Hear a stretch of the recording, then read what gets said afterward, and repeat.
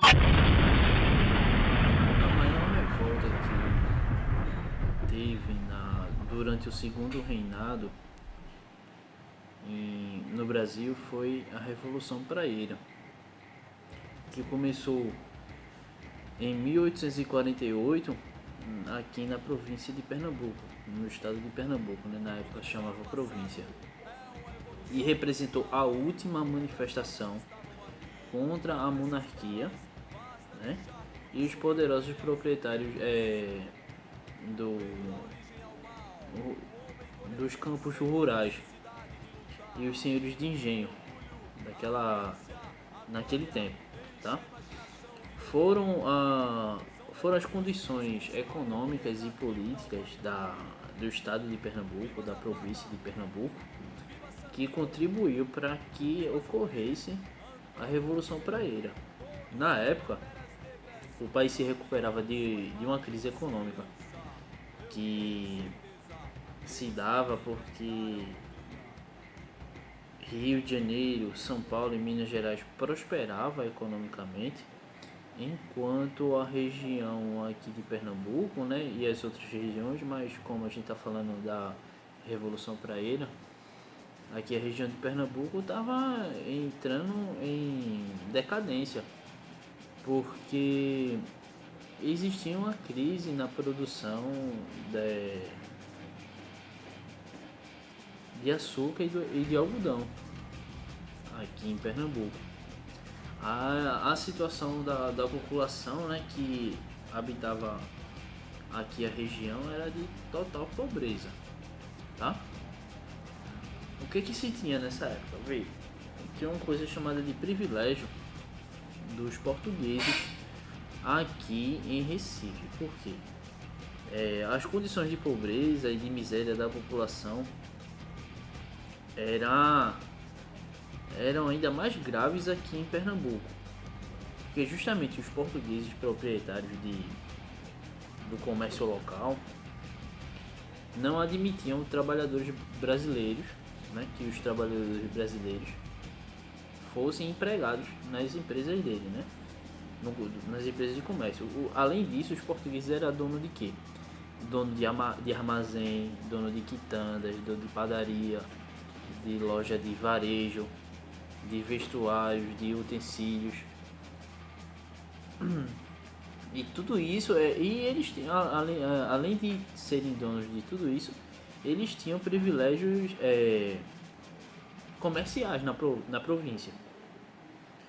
E podiam vender as suas mercadorias livremente e pelo preço que eles quisessem. Aí por conta disso, cada dia o custo de vida aumentava. E essa situação reforçou ainda mais o sentimento de revolta aqui na região. Um outro problema na época que inquietava a população era a opressão política, que na época era dividido em dois grupos: os conservadores, que estavam do lado da monarquia, e os liberais, que queriam que a monarquia deixasse de existir para que se fizesse uma república, como a gente conhece agora, né? Que todo mundo volta, que que existe um partido que represente o povo e por aí vai, tá? Então, o problema que inquietava os liberais e democratas, que era o pessoal que queria a república, né, era justamente essa opressão. Existia uma família que tinha cerca de 2/3 do engenho de açúcar da região, que era a família Cavalcante. E ainda era apoiada por outra família assim de prestígio, que era a família Rego Barros. E outra família, a família Albuquerque. Então, todas essas três famílias, né, dominava tanto o Partido Conservador quanto o Partido Liberal, tá? Então, mesmo que houvesse uma votação em que o partido que representava a república, representava o povo naquela época, tinha como eu posso dizer, a influência dessas famílias controlando toda a política da família. Então, por mais que se mudasse o partido, a política permanecia a mesma, de privilégios tanto dos portugueses quanto dessas três famílias que eu acabei de citar, tá? E o que ocorreu? Os revoltados do lado político, eles participavam do Partido Liberal, e pessoas que assim não estavam gostando do controle dessas famílias dentro desse partido acabou por sair deles e formaram um partido chamado Partido da Praia ou Partido Praieiro. Agora, por que esse nome? Aqui em Recife a gente tem um lugar chamado Rua da Praia. Era justamente na rua onde essas pessoas se organizavam para dar direcionamento para esse partido político que acabou de surgir, né? Em 1842, esse grupo, né, que eu acabei de falar, que era do Partido Liberal, liderado por um homem chamado Borges da Fonseca, né? Abreu e Lima, que era outro homem, Inácio Bento de Loyola, Nunes Machado e Pedro Ivo, né? Organizavam-se politicamente e acabaram por fundar esse partido que eu falei para vocês, o Partido da Praia. E pretendiam com isso divulgar publicamente as suas ideias, né? Seus ideais para Pernambuco e para toda a população. Defendiam uma solução armada para acabar com os problemas econômicos e políticos da província de Pernambuco. Eles estavam descontentes com a nomeação de um presidente conservador para a província em 1848, né? Os membros do Partido da Praia lançaram o chamado Manifesto ao Mundo. O documento exigia o fim da monarquia e a proclamação de uma república, certo? Só que a gente sabe que a proclamação da república vai se dar 41 anos depois, certo?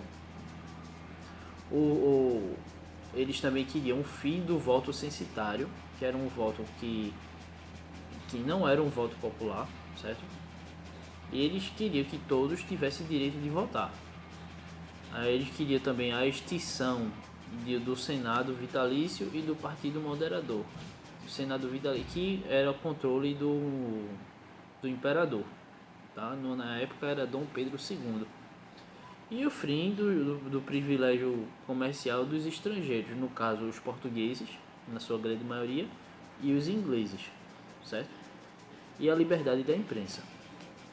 Foram os líderes do Partido Praieiro, o Partido da Praia, que desencadearam um movimento de revolta que ficou conhecido como a Revolução Praieira.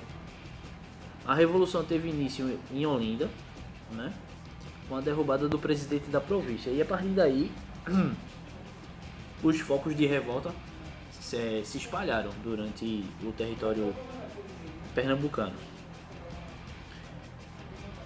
Os revolucionários tentaram tomar aqui Recife, mas fracassavam, né? As forças imperiais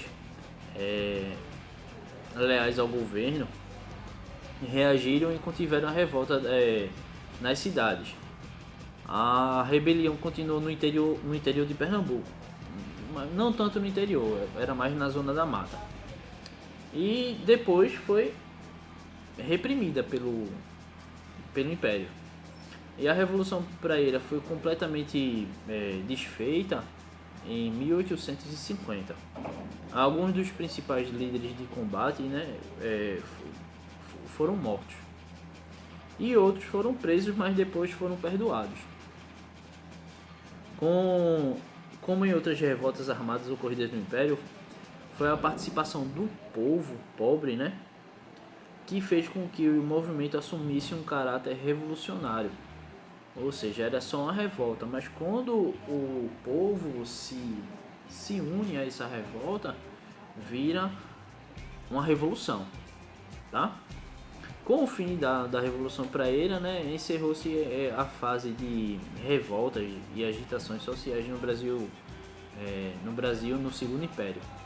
As décadas seguintes marcadas pela consolidação do governo monárquico e a elite agrária e escravista. Só que a gente vai saber que 40 e poucos anos depois, tudo isso vai acabar. Vai ser lançada a República, os escravos serão libertos, mas até então eles não conseguiram o objetivo deles, que era justamente tudo o contrário, tá?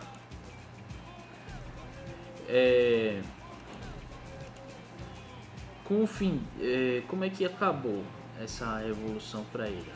Muitas pessoas que participaram da Revolução, que não tinham poder aquisitivo, acabou sendo fuziladas ou durante o combate ou depois do combate, tá? Mas as pessoas de prestígio, né, conseguiram o julgamento e foram perdoadas, como falei anteriormente. E o Partido Praeiro, depois desse vexame todo, só pôde voltar a ter uma representação política no Brasil não, em Pernambuco, depois de 14 anos, ou seja, em 1864, tá? Como falei, foi a última rebelião e o Partido Praeiro teve a sua reputação manchada. E nomes como os quais eu citei anteriormente, como os revolucionários, eles são homenageados em nome de praça, em nome de cidade, como falei, Abreu e Lima, não é? Nomes de escola e nomes de ruas. É isso.